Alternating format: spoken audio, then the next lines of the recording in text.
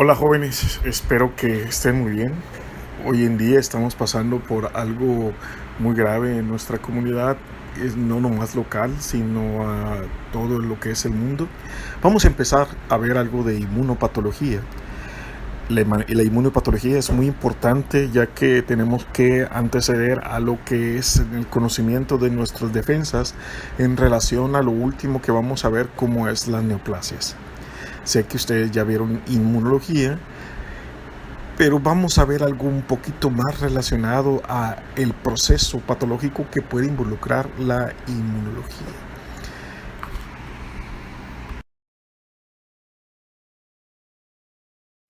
El sistema inmunológico humano es la principal barrera de nuestro cuerpo ante los patógenos desconocidos con los que entramos en contacto día con día.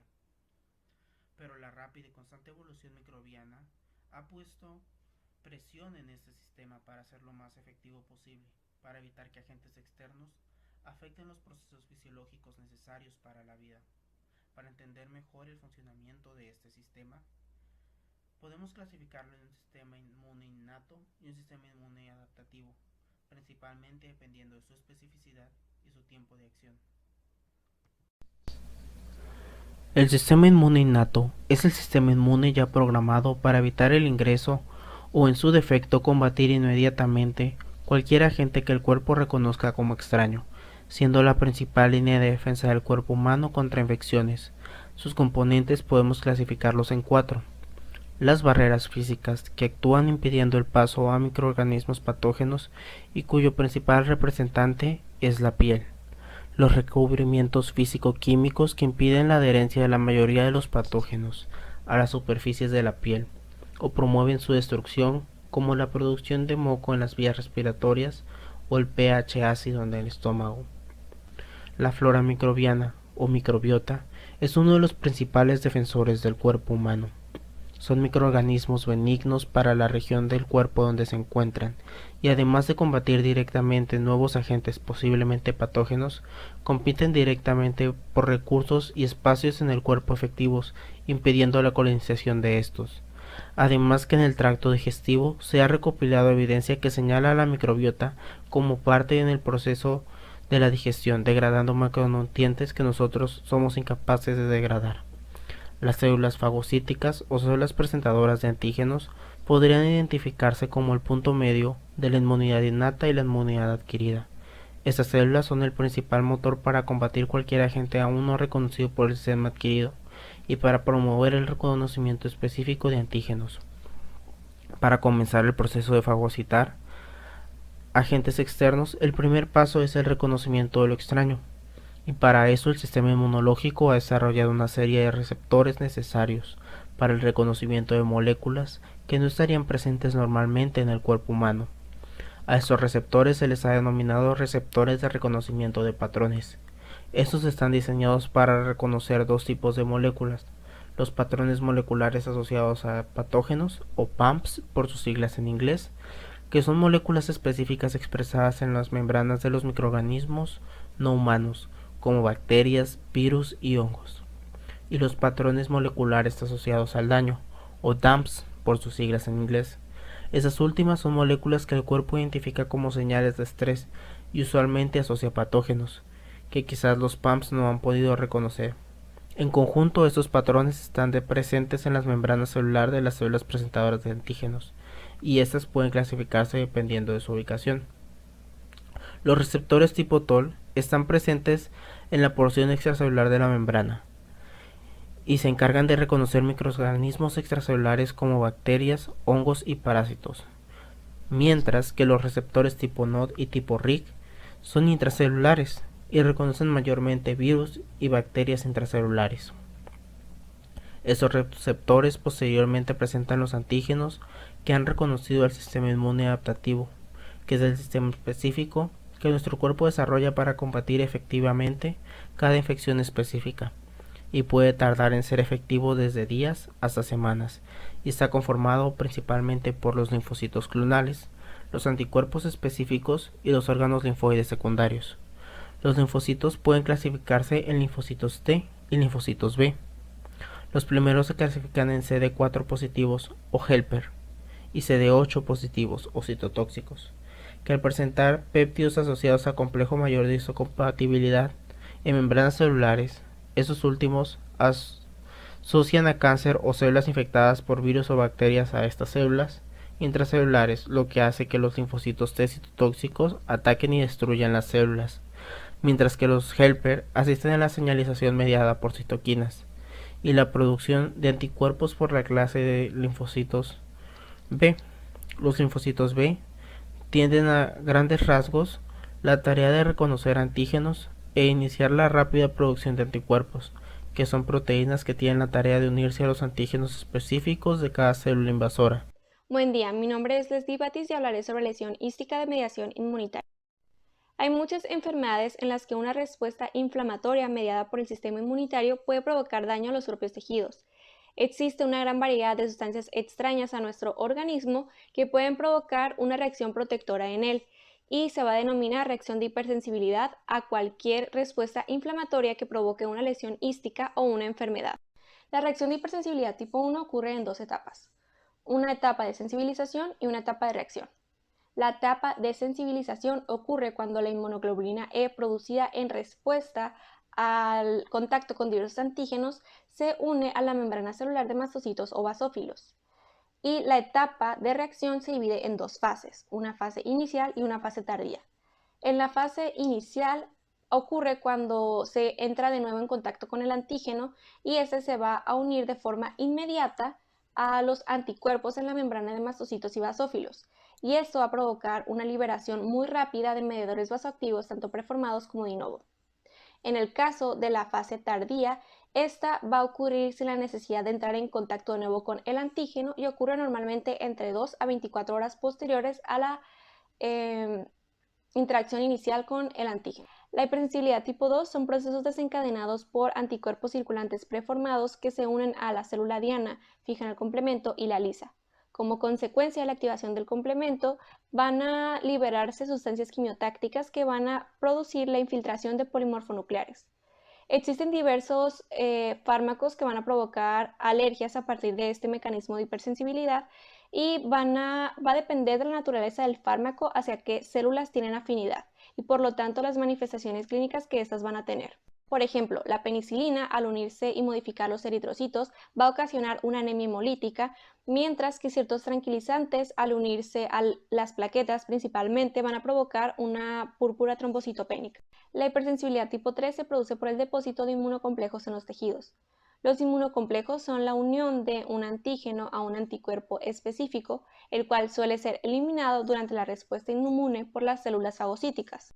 Se produce activación del complemento, lo que va a provocar liberación de anafilotoxinas como C3A y C5A. Estos complejos, junto a las aminas activas producidas por mastocitos y basófilos, van a provocar una respuesta inflamatoria local, lo que va a aumentar la permeabilidad vascular y, por lo tanto, permitiendo la entrada de células, especialmente los polimorfonucleares y diversas proteínas. Las reacciones de hipersensibilidad tipo 4 son las reacciones tardías mediadas por linfocitos T que secretan citocinas y o citolisinas. Estas, al estar en contacto con un antígeno al cual se encontraba previamente sensibilizado, producen diversos síntomas dependiendo del tipo de antígeno y de la célula efectora que intervenga. Mi nombre es Diana León y yo les voy a hablar sobre las enfermedades por inmunodeficiencia.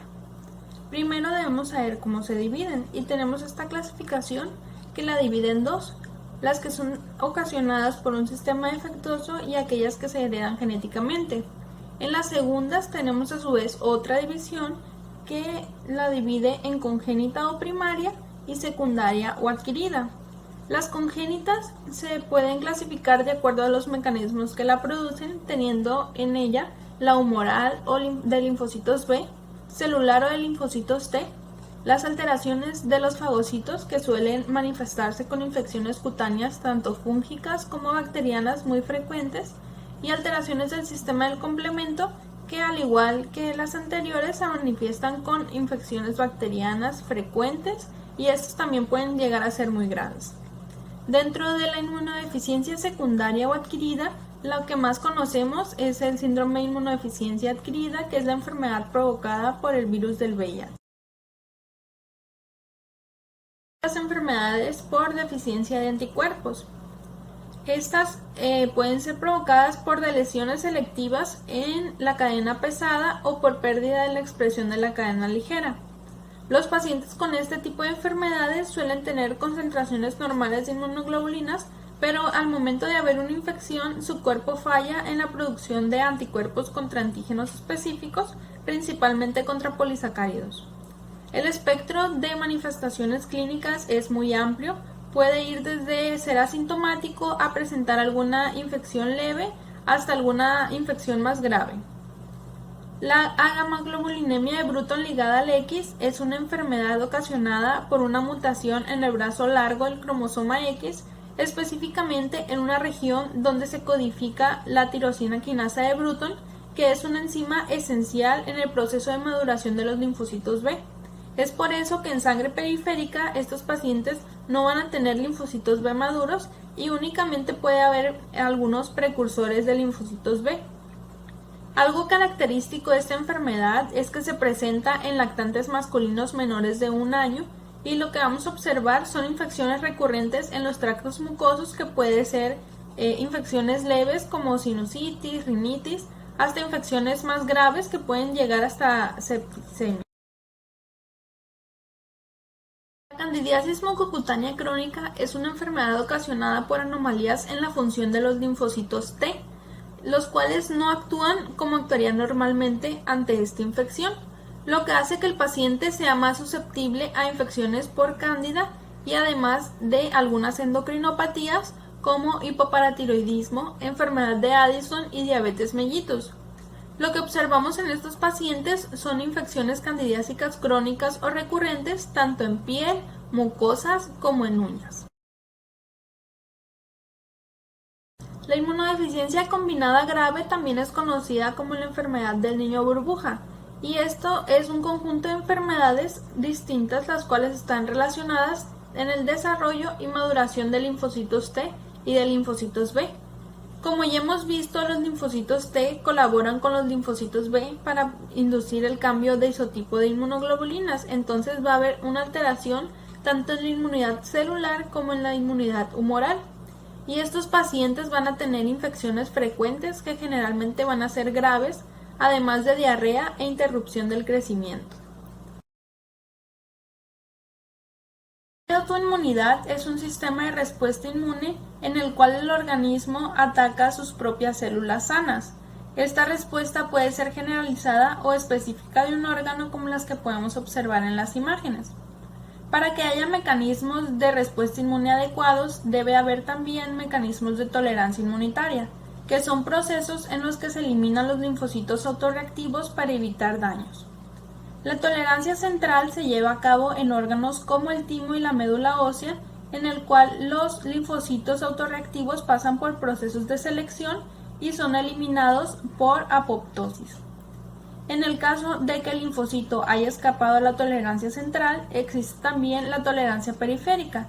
Algunos de los mecanismos son la ignorancia, en el cual la célula no tiene acceso a su antígeno, por ejemplo, en el caso de los testículos, el sistema nervioso central y el ojo. La anergia es cuando el linfocito es incapaz de iniciar una respuesta inmune funcional. La supresión es cuando los linfocitos T reguladores secretan algunas citoquinas que se conocen como citoquinas inmunosupresoras, que son la interleuquina 10 y el factor de crecimiento tumoral beta. Sabemos que no es común o no es frecuente encontrar un donador que tenga completa concordancia con el complejo mayor de histocompatibilidad del receptor. Por lo tanto, es importante que después de un trasplante se le administren al receptor inmunosupresores para evitar rechazo. Hablando sobre el mecanismo por el que se produce el rechazo del trasplante, tenemos que las células presentadoras de antígenos se encuentran en el injerto y son reconocidas por los linfocitos T del receptor, y estos van a empezar a activar una serie de respuestas que finalmente van a terminar con la activación de linfocitos T citotóxicos, la activación de linfocitos B para que produzcan anticuerpos y también activación de macrófagos que en conjunto van a producir la destrucción del tejido. El SIDA es una enfermedad retroviral causada por el virus de la inmunodeficiencia humana. Se caracteriza por infección y disminución de los linfocitos TCD4 y por una profunda inmunodepresión. Aproximadamente más de 32 millones de personas han fallecido por SIDA desde que se reconoció la epidemia en 1981. Más de 42 millones de personas viven infectadas con la enfermedad y se estima que se producen alrededor de 5 millones de infecciones por año.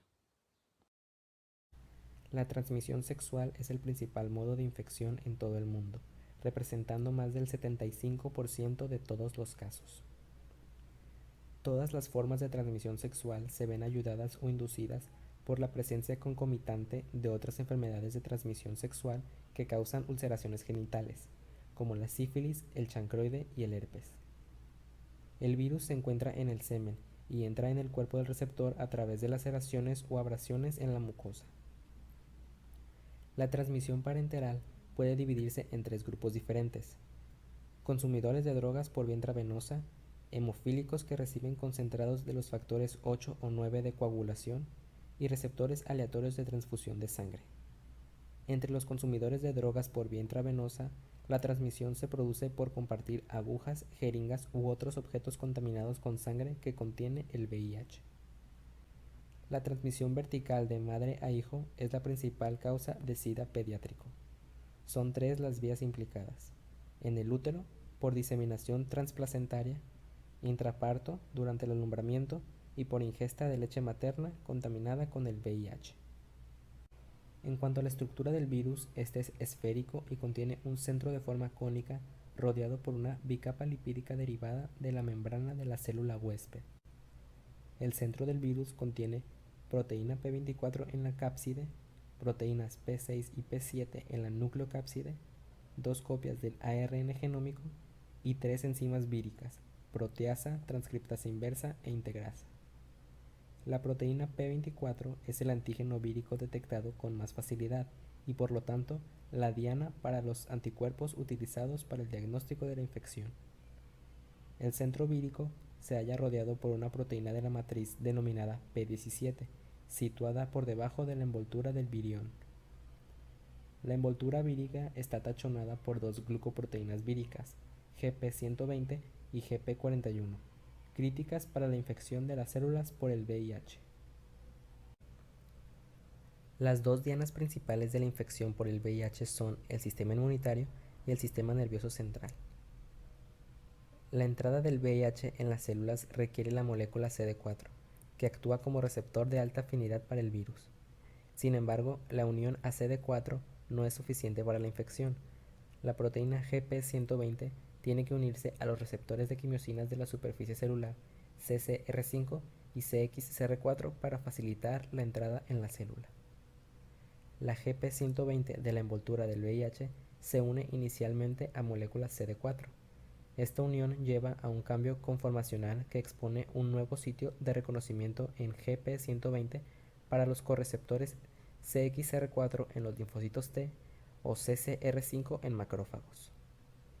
La GP41 sufre a continuación un cambio conformacional que le permite insertarse en la membrana diana, y este proceso facilita la fusión del virus con la célula. Después de la fusión, el centro del virus que contiene el genoma vírico entra en el citoplasma. La infección debe diagnosticarse mediante una prueba rápida de VIH o una prueba convencional de ELISA y confirmarse mediante Western blot.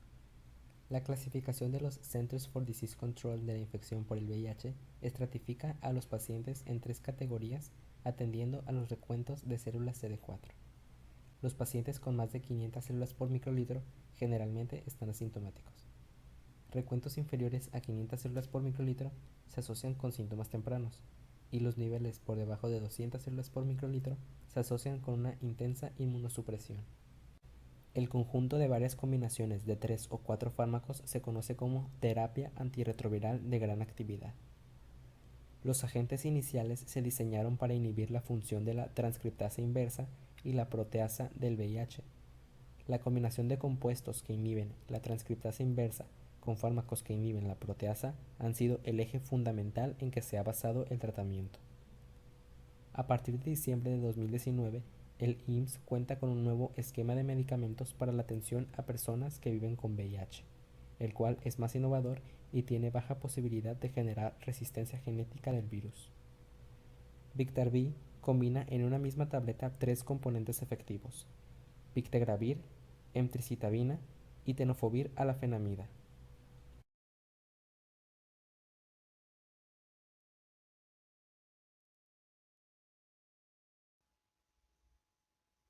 Complejo principal de histocompatibilidad. Los HLA, también conocidos como antígenos de histocompatibilidad principal, el complejo principal de histocompatibilidad incluye los antígenos de clase 1, 2 y 3. Los antígenos de clase 3 representan a ciertos componentes del complemento y no son en sí antígenos de histocompatibilidad. Las moléculas en una estructura similar a las de clase 1 y 2 se codifican fuera de la región específica del complejo principal de histocompatibilidad en el brazo corto del cromosoma 6.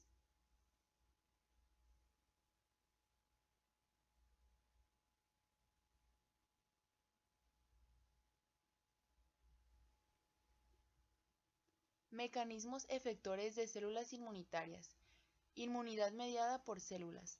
La inmunidad celular abarca las respuestas de adaptación provocadas por microorganismos dentro de las células huésped, y estas respuestas están mediadas por linfocitos TCD4 y los CD8.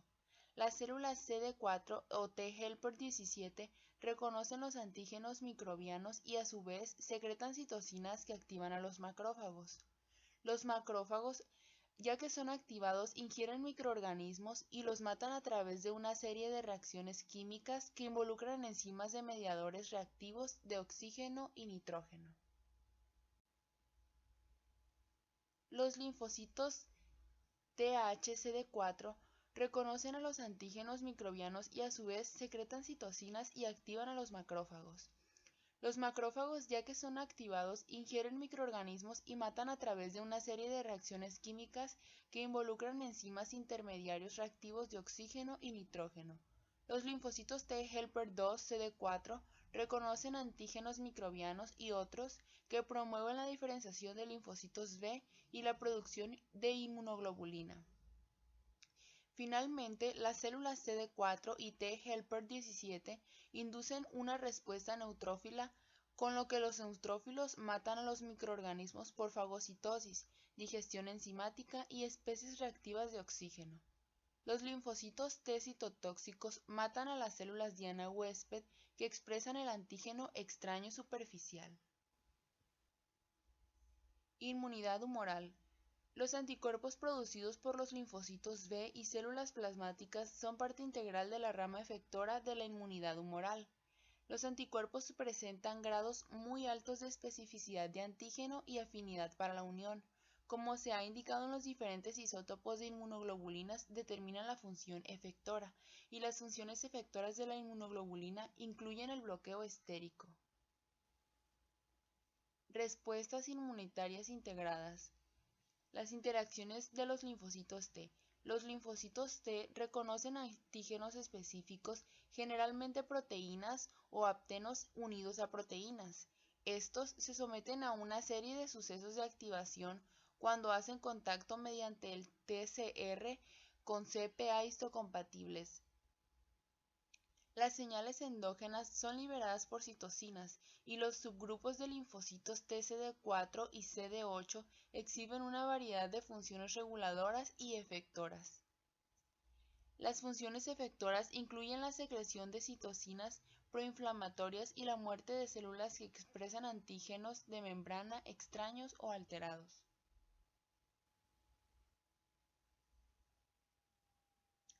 En esta imagen se puede observar la célula dendrítica haciendo contacto con el linfocito T, y también cómo el linfocito T colaborador va a tener interacción con la CD4, los linfocitos B y al final los anticuerpos.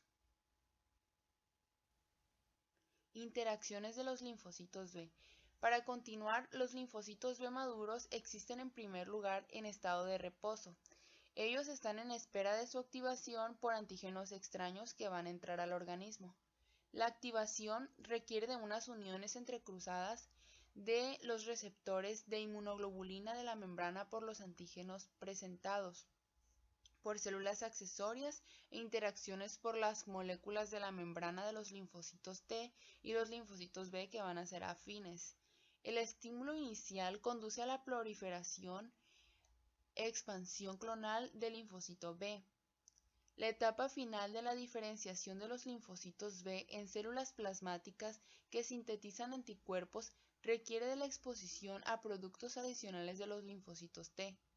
El tipo predominante de inmunoglobulina producida durante una respuesta inmunitaria cambia con la edad, y los recién nacidos tienden a producir principalmente inmunoglobulina M.